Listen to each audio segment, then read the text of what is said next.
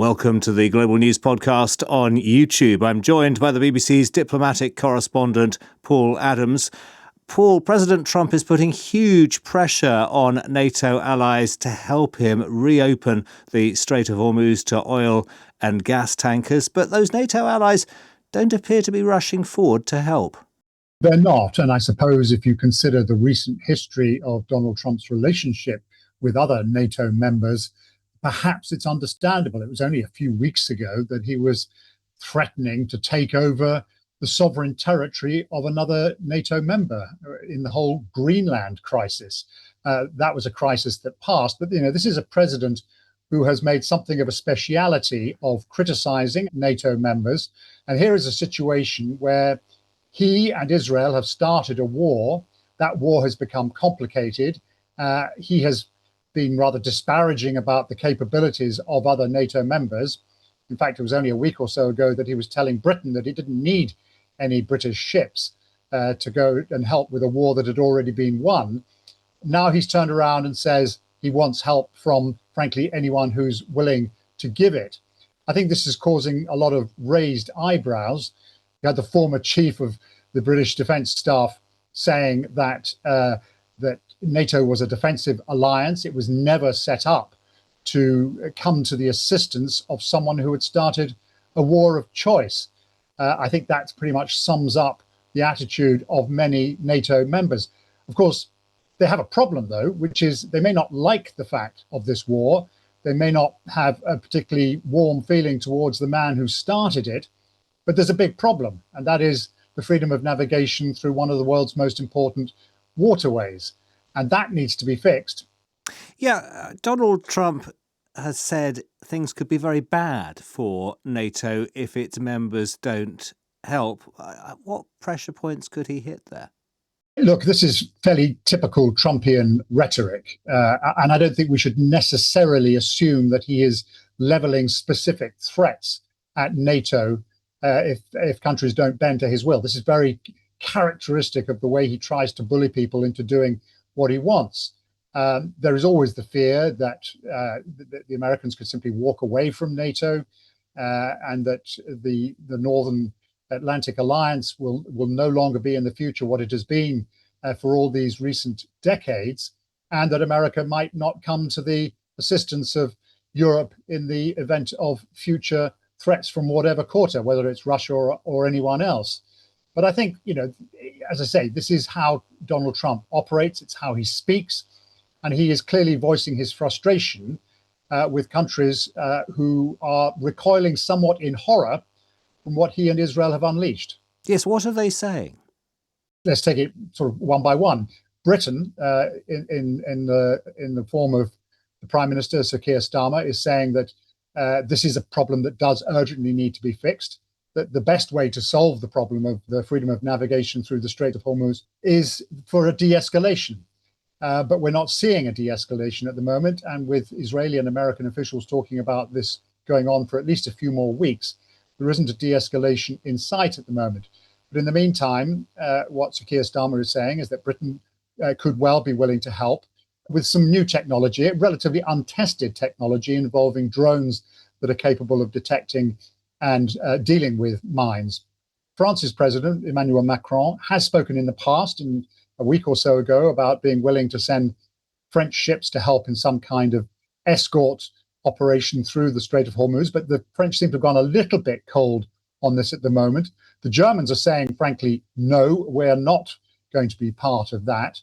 So we are not seeing a particularly speedy and enthusiastic response from NATO partners. The Spanish and the Italians are also pretty leery about this. I think, they all know that at the moment this represents an extremely risky operation, fraught with all sorts of dangers. We don't know exactly what those dangers are.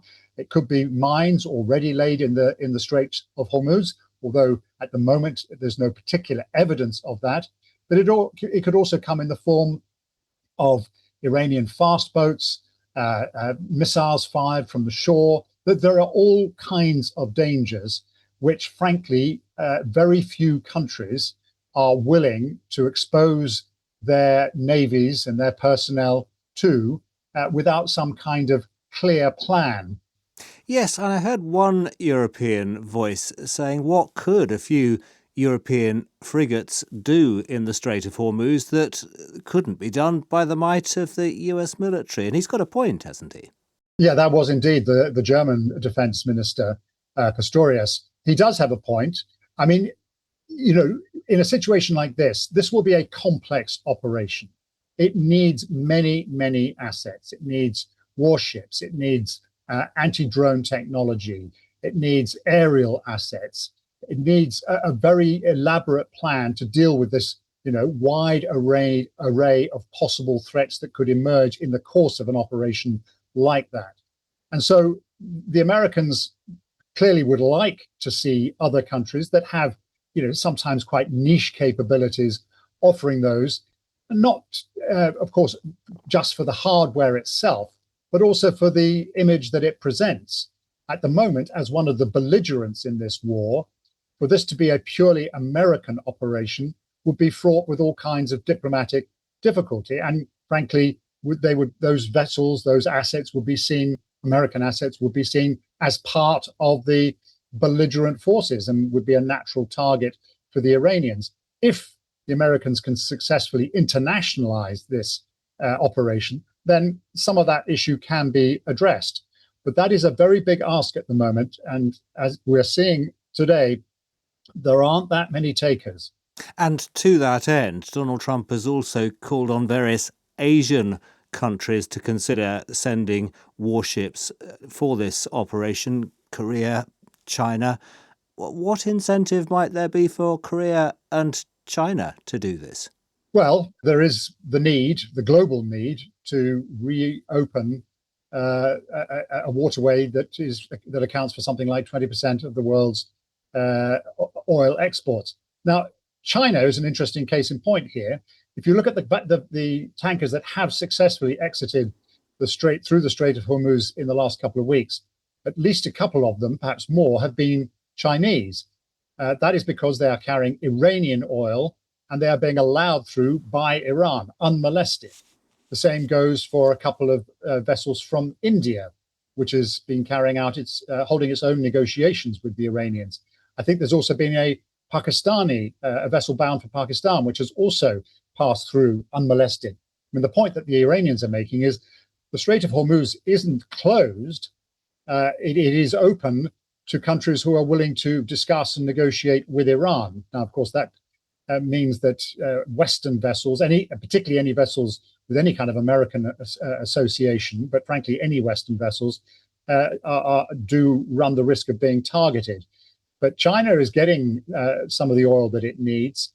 Other countries, South Korea and Japan, would have a need, but we're not seeing any real enthusiasm from there either. I'm looking at a comment from the Japanese Prime Minister, who says that her country has no plans to send ships to the Gulf. I think they probably fall into the camp of those who believe that this is a crisis of Israel and America's making, and that more needs to be seen to be done to resolve it diplomatically before anyone starts talking about sending vessels and crews into harm's way.